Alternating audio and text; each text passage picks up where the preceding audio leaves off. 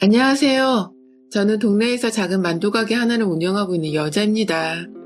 결혼을 한 해에 저희 큰아이가 태어났으니 제가 결혼을 한 지도 어느덧 5년 정도가 되었네요. 저는 제 일에 아주 자부심이 큽니다. 동네에서 만두를 팔기 시작한 건 정확히 3년 정도가 되었는데요. 취미삼아 시작했던 일이 조금씩 제 주변의 사람들을 통해서 입소문이 나기 시작하며 본격적으로 동네 장사에 뛰어들게 된 것이었죠. 저는 어릴 적부터 참 만두를 좋아했어요. 한국 사람들 중에 만두 싫어하는 사람이 어디 있겠냐마는 저희 친정 어머니가 만두를 정말 예쁘게도 맛있게도 빚으셨거든요.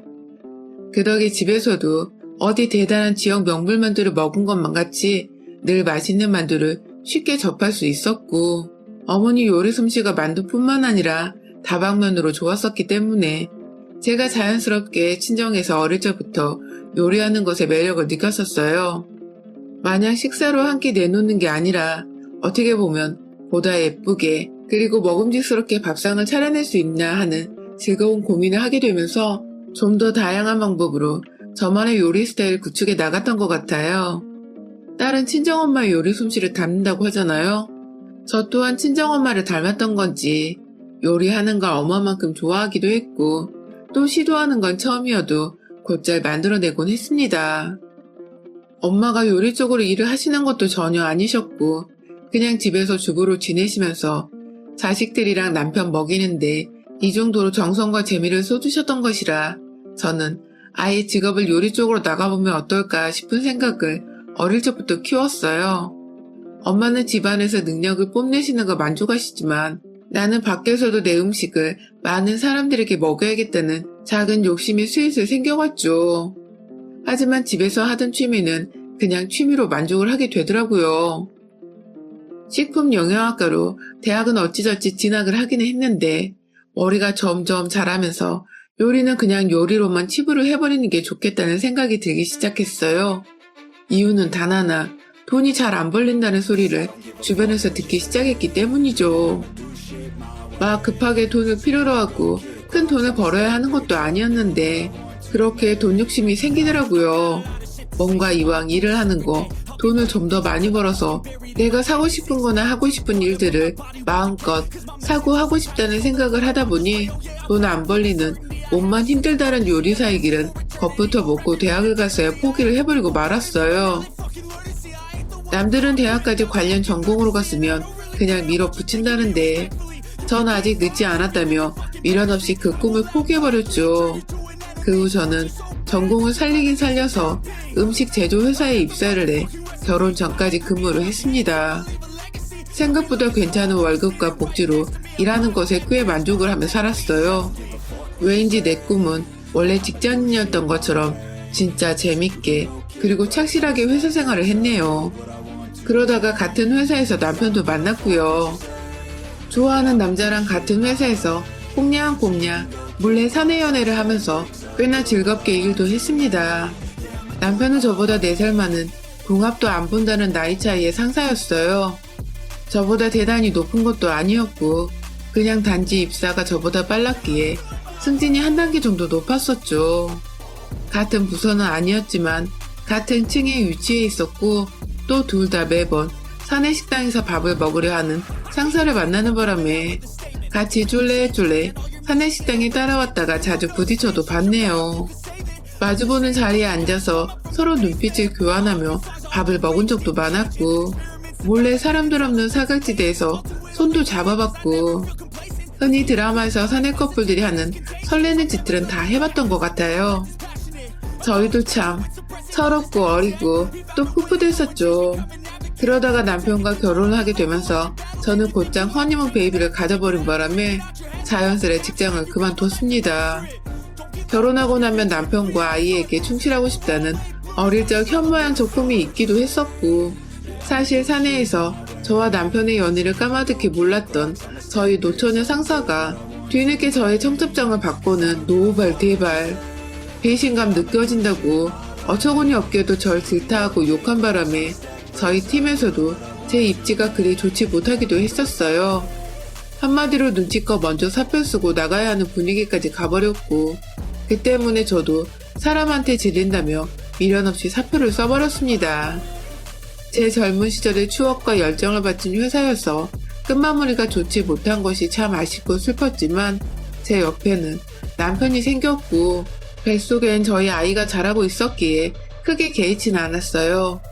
그렇게 첫 아이가 태어나고 만두 장사를 시작하기 전까지는 집에서 평범한 가정주부로 지내왔습니다. 남편 출근하는 길에 꼬박꼬박 따순 밥도 먹이고 퇴근하면 또 이쁘다고 남편 위해서 거하게 항상 저녁을 차려냈고요. 아이를 키우는 것도 똑부러지게 하고 싶어서 온갖 육아책들은 섭렵하고 정말 야무지게도 육아를 했습니다. 친정엄마가 굳이 도와주실 필요가 없을 정도로 저 혼자서 초보만 치곤 육아가 적성에 맞기라도 하듯 참 유연하게 애를 잘 키웠어요. 그렇게 1년, 2년이 지나갈수록 저는 가정주부로 그리고 한 아이의 엄마로 살아가는 것이 익숙해졌습니다. 하루의 시작과 끝을 밥하고 살림하는 것으로 마무리 짓던 그 삶이 처음엔 아늑하고 평온했지만 갈수록 지루하고 따분하더군요. 점점 제 자신에 대한 정체성을 잃어가는 것 같기도 하고 뭔가 사는 게 왜 사는지에 대한 목표가 없어 한심스럽기도 하고 오로지 남편과 아이만을 바라보며 사는 내게 남편과 아이가 한순간에 사라져버린다면 그땐 나 자신도 함께 사라져버리는 건 아닌가 싶어서 혼자가 되는 게 갑자기 막 두려워지기도 했어요. 한마디로 사는 우울증이 뒤늦게야 서서히 드러나며 제 온 정신을 휘감아 버린 것이었습니다. 남편도 저의 변화를 눈치채곤 그때부터 취미생활이라도 가져보라고 권유를 했는데 주변의 애엄마들 따라서 카페를 다니고 맛있는 디저트를 사 먹고 해도 기분이 도통 나아지질 않더라고요. 그러다가 하루는 친정엄마가 저를 부르셨어요. 뜨뜻한 만둣국을 하려는데 같이 만두라도 빚으며 수다를 떨자고 하시더라고요. 엄마가 제 기분을 맞춰주시려고 일부러 부르신 건 다 알고 있었지만 저도 티를 내지 않고 엄마 앞에서 최대한 더 밝은 모습을 보이려고 노력을 하며 친정에 갔습니다. 미리 만두소부터 반죽까지 모조리 준비를 해놓으셔서 저는 그냥 손만 얹으면 되었는데요. 그렇게 주물럭대며 만두를 빚는데 아니 글쎄 이게 너무 재밌는 겁니다. 옆에서 저희 애는 뭣도 모르고 그냥 만두 반죽을 떼어다가 사랑놀이 마냥 손으로 만지작거리고 있고 저는 저대로 이게 너무 재밌어서 혼자 예쁘게 만두를 빚어보겠다고 엄마랑 신나게 경쟁을 하고 있고 그냥 그 시간이 모조리 다 즐겁더라고요. 그래서 그 다음 주에도 또 그 다음 주에도 엄마한테 먼저 만두를 만들자고 말을 꺼내서 친정에 가 반나절 내내 만두를 빚다 왔어요. 집으로 돌아와 신랑 밥을 차려주면서도 손에서는 만두 반죽 냄새가 진동을 했는데 그 냄새가 전 그냥 너무 좋았습니다. 그러다 결국 제가 만두 가게를 차리게 된 것이었어요.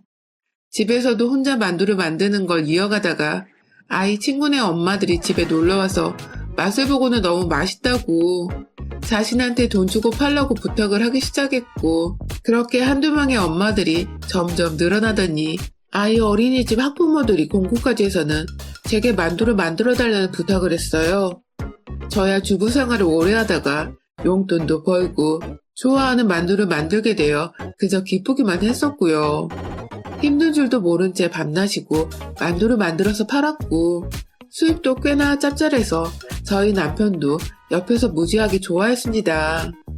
만두 사장님이 될 거라며 오히려 절 많이 서포트 해주기도 했고요. 그렇게 1년 정도 저 혼자 식품 사업증까지 내서는 집에서 만두를 팔며 장사를 하다가 결국 동네에 있던 시장에 좋은 자리를 얻어서 정식으로 가게를 오픈하게 되었죠.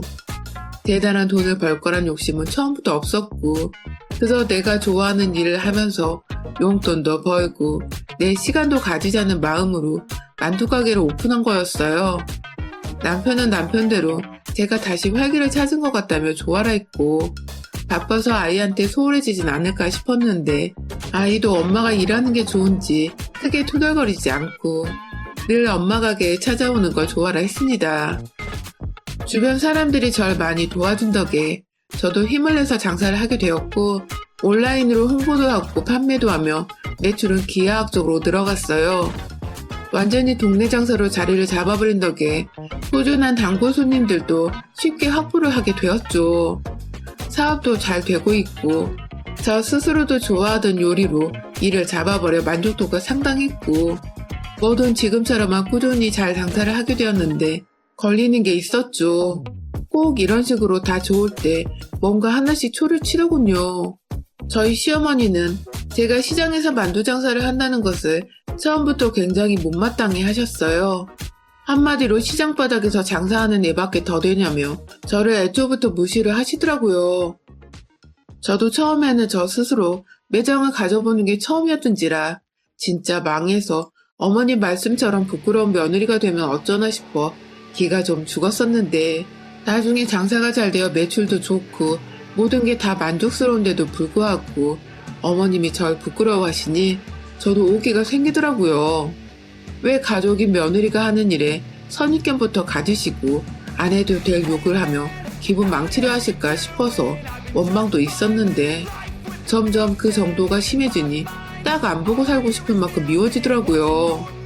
그래도 장사 초창기에는 제가 부끄럽다며 가게 근처도 오질 않으셨고 가끔 만나는 명절이나 생신 때 제 앞에서 절 시장에서 장사하는 며느리라고 창피주는 게 전부였는데요. 한 6개월 전부터는 시장까지 찾아오셔서는 절 건드리시더라고요. 그게 정확히 저희 아가씨가 본인이 사는 동네에서 디저트 가게를 차리기 시작하면서부터였어요. 아가씨는 카페를 차리다가 자금이 너무 많이 든다면서 그 마카롱 가게로 업종을 전향했습니다. 그래서 아주 조그만 평수의 가게를 얻어서는 마카롱 장사를 시작했는데 그게 생각처럼 잘 안 되고 있었어요. 아가씨도 장사가 힘든 줄을 알고서는 저한테 여러 번 조언을 구하며 힘들다는 하소연을 했고요. 그런데 그즈음 시어머니께서도 저한테 자주 연락을 하기 시작하셨어요. 아가씨는 장사가 힘들어서 난리인데 저는 혼자 승승장구하며 어찌 아가씨를 도와줄 생각을 못하냐고 잘 알지도 못하시면서 저한테 참 나쁜 며느리라고 질타를 하시더군요. 저도 제 딴에는 아가씨께 할 수 있는 조언도 해드리고 힘도 주려고 노력을 했는데 시어머님은 저에게 물질적인 도움을 원하셨던 건지 조언 따위는 장사하며 전혀 필요가 없는 것이라고 또 저를 무시하더군요.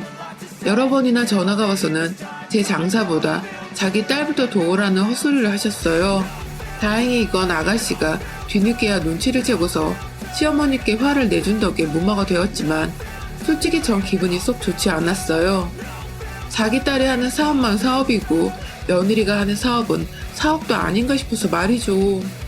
그러다가 2달 전에 제가 시어머니와 확 연락을 끊게 된 일이 있었습니다. 글쎄 시어머니께서 제가 장사를 하는 사이에 저희 집에 오셨더라고요. 급하게 집에 도착부터 하셔서는 무턱대고 집 비밀번호를 물어보시는 바람에 제가 어머님을 밖에 세워놓을 수가 없어서 어쩔 수 없이 비밀번호를 알려드렸어요. 그 후에 저희 딸이 동네 친구 엄마의 도움으로 집에 하원을 했고 먼저 할머니를 맞이했죠. 그러다 저희 딸이 엄마 가게에 놀러가자고 시어머니께 보챘나 보더라고요. 그간 저희 딸이 매일같이 저희 매장에 오고 싶어 했지만 코로나 문제도 있고 또 아이가 어려서 혼자 가게에 찾아올 수가 없었거든요. 그래서 하원을 도와주는 친구 엄마한테 부탁을 해서 가게로 데려오거나 아니면 제가 잠깐 가게를 비워서 아이를 데려오는 식으로 지냈는데요. 아이는 집에 어른인 할머니가 계시니 당연히 엄마 가게에 가도 되겠다 싶었나 봐요. 시어머니나 아이가 조르니 어쩔 수 없이 저희 가게에 오셨어요. 얼굴에는 제가 창피해 죽겠다는 식의 찌그러진 표정을 하시곤 아이의 등을 밀치며 가게 안으로 들여보내더라고요. 아이는 뒤에서 자꾸만 할머니가 빨리 들어가라고 등을 미니 처음엔 당황을 하다가 이내 겁을 먹기 시작했습니다. 얘가 할머니를 올려다보며 울먹거리려고 하더라고요. 그런데 시어머니는 당장 자기의 체면만이 중요하셨는지 끝내 주변 시장 사람들을 더 의식하며 아이를 무서운 눈빛으로 바라보셨고 빨리 가게 안으로 들어가지 않고 왜 서 있냐며 윽박까지 지르셨어요. 가게 밖 사람들은 들을 수 없었지만 바로 옆에서 만두를 찌고 있었던 저는 시어머니가 제 딸에게 하는 강압적인 소리를 다 들을 수밖에 없었습니다. 저도 놀랐고 아이도 놀랐어요. 그러나 시어머니는 그저 시장에서 장사하는 며느리한테 찾아온 게 나 뜨겁다는 듯이 끝까지 아이를 가게 안으로 밀치시다가 기어코 본인이 아이를 인형 잡아 끌듯 끌어 들어 올리고는 가게 안으로 들어가셨죠. 그 꼴을 보니 제가 열이 받았습니다. 장사고 뭐고 일단 손님이 없어서 시어머니와 딸아이를 따라서 저도 가게 안으로 들어갔어요. 딸아이는 이미 겁을 잔뜩 먹고는 제자리에서 요지부동인 채로 절 바라보고 있었고 눈에는 눈물이 가득했는데 시어머니가 여전히 얼굴이 뚱한 채로 있어서 겁을 먹었던 건지 울지도 못하더라고요. 제가 가게에 들어가 아이에게 안기라고 두 팔을 벌리자 아이는 그제서야 참고 있던 울음을 터뜨리며 제게와 엉엉 울며 안겼죠. 가슴이 미어졌습니다. 당장에 아이를 옆 가게 사장님께 잠시 맡겨둔 채 가게로 돌아와 시어머니께 화를 냈어요. 저는 며느리기 전에 부모니까요. 아이한테 왜 그리 사납게 구셨냐고 물어보니 시어머니도 이미 시장에 온 것 자체가 기분이 나쁘셨는지 제 가게를 기분 나쁘게 둘러보시고는 한숨을 푹 쉬며 말씀하시더라고요. 네 새끼 데리고 시장에 들어온 것만으로도 감사하라며 어디 가서 며느리 시장에서 장사한다는 소리 들을까봐 쪽팔려서 며느리 얘기 안 꺼낸다며 한마디로 제가 창피해 죽겠으니 상대하고 싶지 않은데 손녀가 보채서 왔다는 식으로 제 가슴에 비수를 꽂는 말들을 늘어놓으시더라고요. 저도 그 순간 저희 딸처럼 눈에 눈물이 핑 돌았는데 그때 손님이 왔어요. 아주머니 세 분이 한꺼번에 오셔서 이 집이 맛집이라며 막 만두를 고르고 계시는데 그걸 보더니 어머니께서 손님들 다 들으라는 식의 큰 목소리로 말씀하시더라고요. 장사도 할 줄 모르는 애가 집에서 얌체같이 만들어낸 만두를 사 먹냐고. 이런 곳에도 만두를 사 먹으러 오는 등신 같은 손님이 다 있다며 막 뒤에서 궁시렁궁시렁 하시는데 손님들이 결국 그 소리를 듣고는 얼굴이 싹 굳어버리셨어요. 만두를 사시기는커녕 시어머님이 자꾸만 중얼거리며 자신들을 째려보고 있는 게 부담스러우셨는지 이내 주문도 안 하시고 유유히 사라지셨죠. 남의 장사하는 데 와서는 기분 나쁜 표정으로 분위기를 흐리질 않나. 남의 귀한 딸아이는 울리질 않나. 남의 삶의 터전이기도 한 가게에서 악담이나 퍼부으며 손님들을 보내질 않나. 가만두었다간 저만 딱 호구 며느리겠더라고요. 또 오는 손님 나가게 만들지도 모른다는 생각에 당장 시어머니를 쫓아내버리기로 했어요. 만두집에서 뭐 어쩌겠나요. 그냥 가게 밖 찜기 안에서 찌고 있던 만두판 2개를 들고 와서 시어머니께 이거 드시고 그냥 집에 가시라고 정중히 말씀을 드렸습니다. 그런데 어머님은 네가 뭔데 날 쫓아내려고 하냐며 오히려 버르장머리가 없다고 적반하장으로 화를 내시더라고요. 아니 가게에 있는 건 창피하다니 또 가라니까 쫓아낸다고 뭐라고 하고 이게 도대체 뭐 하는 건가 싶더군요. 몇 번이고 정중히 가시라고 장사에 방해된다고 말을 했는데도 지나가는 손님들 다 들으라는 식으로 아주 예의 밥 말아먹은 며느리라며 제 욕을 하고 제 만두를 욕하던 시어머니. 결국 저도 화를 이겨내지 못하고 시어머니 드리려고 챙겨나온 만두판은 확 시어머니 면상에 부어버렸습니다. 마지막까지 어른 대접은 해드리려고 챙겨온 건데 이게 이렇게 시어머니 얼굴에 맞출 용도로 쓰일 줄은 저도 몰랐네요. 솔직히 손으로 집으면 뜨거운데 만두 속까지 다 터질 만큼 강하게 시어머니를 향해 피구공 던지듯 맞추려고 작정을 하고 던져버렸네요. 만두소는 시어머니 얼굴이며 몸에 맞고서는 툭툭 터지며 떨어졌고 뜨뜻한 만두포선을 맞고선 엄살을 부리며 자지러진 시어머니는 내심 제가 화내게 놀랬는지 아무 말도 못하고 절 쳐다보시더라고요. 뒤늦게야 이게 미쳤다며 절 향해 소리 지르는데 옆 가게 사장님들이 막 와서 무슨 일이냐며 절 도와주려 모이자 입을 꾹 다무셨어요. 제가 저도 모르게 속상한 마음에 눈물을 흘리자 심지어 옆집 떡가게 사장님은 어떤 새끼가 평화로운 시장에서 난동이냐며 자르지도 않은 가래떡 하나를 손에 딱 쥐고서는 나타나셨어요. 시어머니는 저걸로도 설마 맞을까 싶으셨는지 어느새 가게 구석에 서서는 의자를 앞으로 당겨 자신의 몸을 맞고 계시더라고요. 제가 도로 가게 밖에 있는 만두판을 하나 더 집어왔습니다. 그거 들고서 마지막으로 한 대만 더 맞고 가실래요? 아니면 순순히 그냥 가실래요? 하며 소위 일진 학생처럼 짝다리하는 직고는 윽박을 지르니 대답도 않고 달려나가 버린 시어머니. 그게 2달 전 제가 본 마지막 시어머니의 모습이었답니다. 그 후 어머님은 저희 집에 가게에 찾아오시기는커녕 연락도 없이 완전히 두문분출을 하며 시댁에 계시고요. 뒤늦게야 상황을 시어머니를 통해 전해 들은 아가씨는 가게 장사하는데 엄마가 민폐를 끼친 게 아니냐며 제 걱정에 연락이 왔더라고요. 천만 다행이게도 이 집 구석의 시어머니 말고는 남편이며 시누이며 다 정상인이라서 어찌나 고맙던지요. 비록 시어머니께 만두 장사를 하는 것에 대해 인정을 못 받는 것 같아서 찜찜하고 마음이 편치는 않지만 그날 만두로 시어머니 면사가 내리쳤을 만큼은 정말 지금 생각해도 희열이 돋습니다. 앞으로도 인정받을 길이 없을 것 같고 받을 필요도 없는 분이시지만 또다시 제 가게에 와서 장사를 방해하거나 제 딸 눈에서 눈물 흘리게 하는 날에는 익힌 만두가 아니라 만두 쏘로 확 같이 찜기에 쪄버리려 합니다. 조심하세요, 어머니. 여러분의 생각은 댓글로 남겨주세요. 오늘도 시청해주셔서 정말 감사합니다.